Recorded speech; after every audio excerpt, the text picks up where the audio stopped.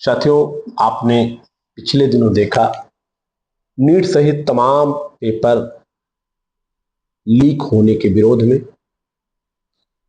पूरे देश के छात्रों में जिस तरीके से आक्रोश दिखा, उसका जीता जागता उदाहरण आपने जंतर मंतर पर देख लिया। छात्रों ने अहिंसात्मक तरीके से जंतर मंतर पर विरोध प्रदर्शन जताकर संसद भवन घेराव के लिए कूच कर रहे थे, प्लान बना रहे थे।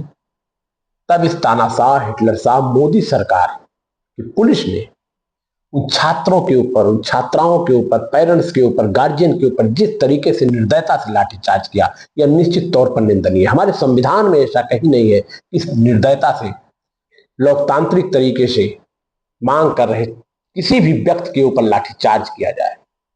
आंसू गैस के गोले दागे गए, प्लास्टिक की बुलेट दागी गई, कई छात्र घायल हैं, कई छात्र हमारे गंभीर रूप से घायल हैं।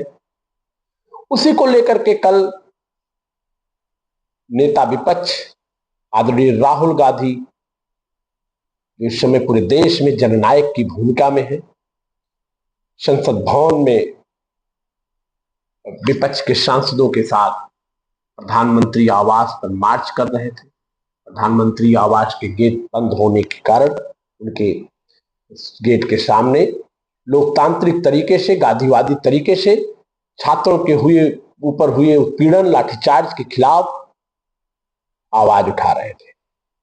लेकिन ये हमारे देश की आजादी के बाद भी गोरे अंग्रेजों के बाद फिर हमें लगता है काले अंग्रेज हमारे देश में पनप रहे हैं।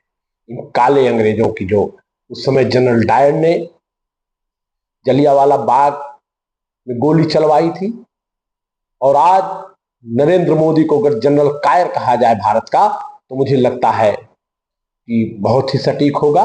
इस जनरल कायर ने दिल्ली पुलिस को भेज करके सम्मानित सांसदों के ऊपर, नेता विपक्ष राहुल गांधी के ऊपर, अखिलेश यादव के ऊपर, तमाम राज्यों के जो मुख्यमंत्री भी आए थे उनके ऊपर जिस तरीके से धक्का मुक्की और ठेलते हुए गाड़ियों में गिरफ्तारी किया, ये निश्चित तौर पर निंदनीय है। उसके विरोध में आप सबने देखा तमाम जनपदों में विरोध प्रदर्शन हुआ, पुलिस से झड़पें हुई। सुल्तानपुर में भी हम लोगों ने भी किया। और आज भारतीय जनता पार्टी के लोग जब कांग्रेस के कार्यालयों को घेरने की काम प्लान बना रहे थे, हम लोगों को अपने कांग्रेस कार्यालय पर पहुंचना था। रात में 11 बजे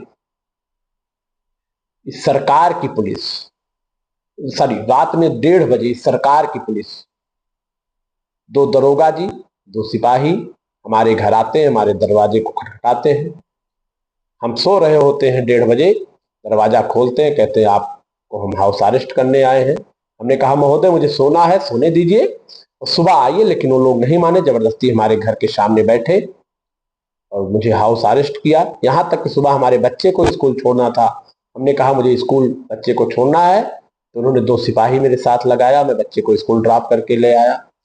बच्चे को लेने गया, फिर भी हमारे साथ 2 सिपाही लगाए गए।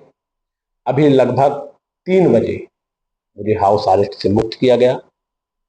फिर मैं अपनी दिनचर्या को निपटाने के बाद आप लोगों के सामने इस वीडियो के माध्यम से आम जनमानस से आप पूछना चाहता हूं, क्या पेपर लीक किसी एक पार्टी का मुद्दा है, किसी एक जात का मुद्दा है, किसी एक धर्म का मुद्दा है, किसी एक व्यक्ति का मुद्दा है? हमें लगता है ये पेपर लीक उन सभी व्यक्तियों का मुद्दा है जिनके बच्चे, जिनकी आने वाली पीढ़ियां रोजगार के लिए शिक्षित होने के साथ साथ कंपटीशन की परीक्षाओं में बैठ रहे हैं, कंपटीशन के पेपर दे रहे हैं। यहां इस बार तो इतनी धांधली हुई सीबीएसई की हाई स्कूल और इंटर की परीक्षा में, तमाम बच्चों के रिजल्ट जो है अपूर्ण रहे, तमाम बच्चों के रिजल्ट कम मार्क्स दिए गए, तमाम खामियां थी वो भी प्रकाशित किए गए, तमाम बच्चों ने अपनी कॉपियों में प्रकाशित किया, लेकिन कोई सुनने वाला नहीं। अगर कोई अच्छा श्रेय होता है तो नरेंद्र मोदी जी खुद उसकी झंडी दिखा के श्रेय लेंगे, इस देश में अच्छा हुआ उसका श्रेय मैं लेता हूं। अगर कुछ बुरा होता है तो उसका श्रेय कौन लेगा? ये भारत की जनता को नरेंद्र मोदी से पूछना चाहिए। साथियों आप बताइए, पूछना चाहिए कि नहीं? नरेंद्र मोदी जी अगर लगातार पेपर आउट हो रहे हैं, 150 से अधिक पेपर आउट हो चुके हैं आपकी सरकार में, धर्मेंद्र प्रधान जी के नेतृत्व में, तो क्या धर्मेंद्र प्रधान जी के अंदर अगर जरा सी लज्जा बची हो, आपकी सरकार में जरा सी शर्म बची हो, तो इस्तीफा दे देना चाहिए ना। पूर्व की सरकारों में आपने आरोप लगाया, 2G घोटाले का आरोप लगाया, घोटाला नहीं हुआ था, लेकिन आपके आरोप के ऊपर विपक्ष ने मांग किया कि अगर ये राजा और कनिमोझी पद पे बने रहेंगे तो इनके खिलाफ जांच नहीं हो पाएगी। उस समय की तत्कालीन सरकार, मनमोहन सिंह की सरकार ने, यूपीए 2 की सरकार ने उन दोनों को इस्तीफे लेकर के और जेल भेजने का काम। उसके बाद जांच हुई, सरकार हटी, आपके नेतृत्व में जांच हुई और वो दोनों बाइज्जत भरी।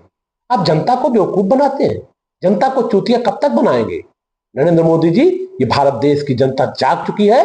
अब चंद गिने चुने जो अंधभक्त हैं, जिनके अपने बाल बच्चे नहीं है आपकी तरह, वही आपकी तारीफ के पुल बांधेंगे, बाकी सब आपको सड़कों पे इंतजार कर रही है मोदी जी। क्योंकि आपने कहा था मुझे 100 दिन दे दीजिए, 100 दिन में देश की स्थिति नहीं सुधार दिया तो जिस चौराहे पे बुलाओगे उस चौराहे पे मैं आ जाऊंगा।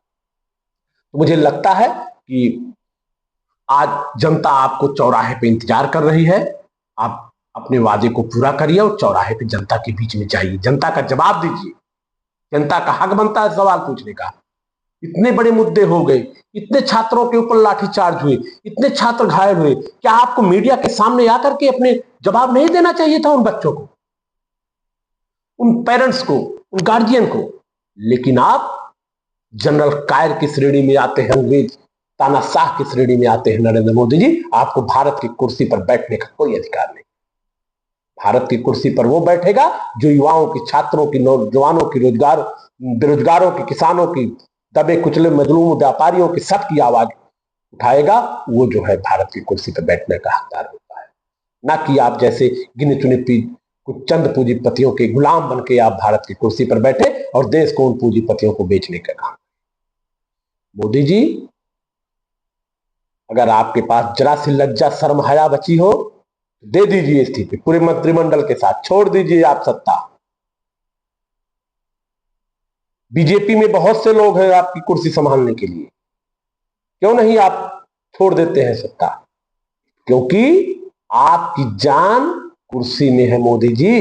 जिस दिन आप सत्ता में नहीं रहेंगे उस दिन आप, मुझे नहीं लगता है कि जी पाएंगे, क्योंकि आपको कुर्सी से इतनी लालच है, कुर्सी से इतना लगाव है।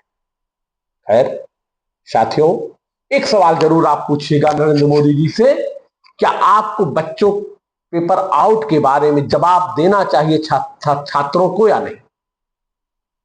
अगर आपको जवाबदेही तय करनी होगी, नरेंद्र मोदी जी को और धर्मेंद्र प्रधान के इस्तीफे दिलाने होंगे इस्तीफे।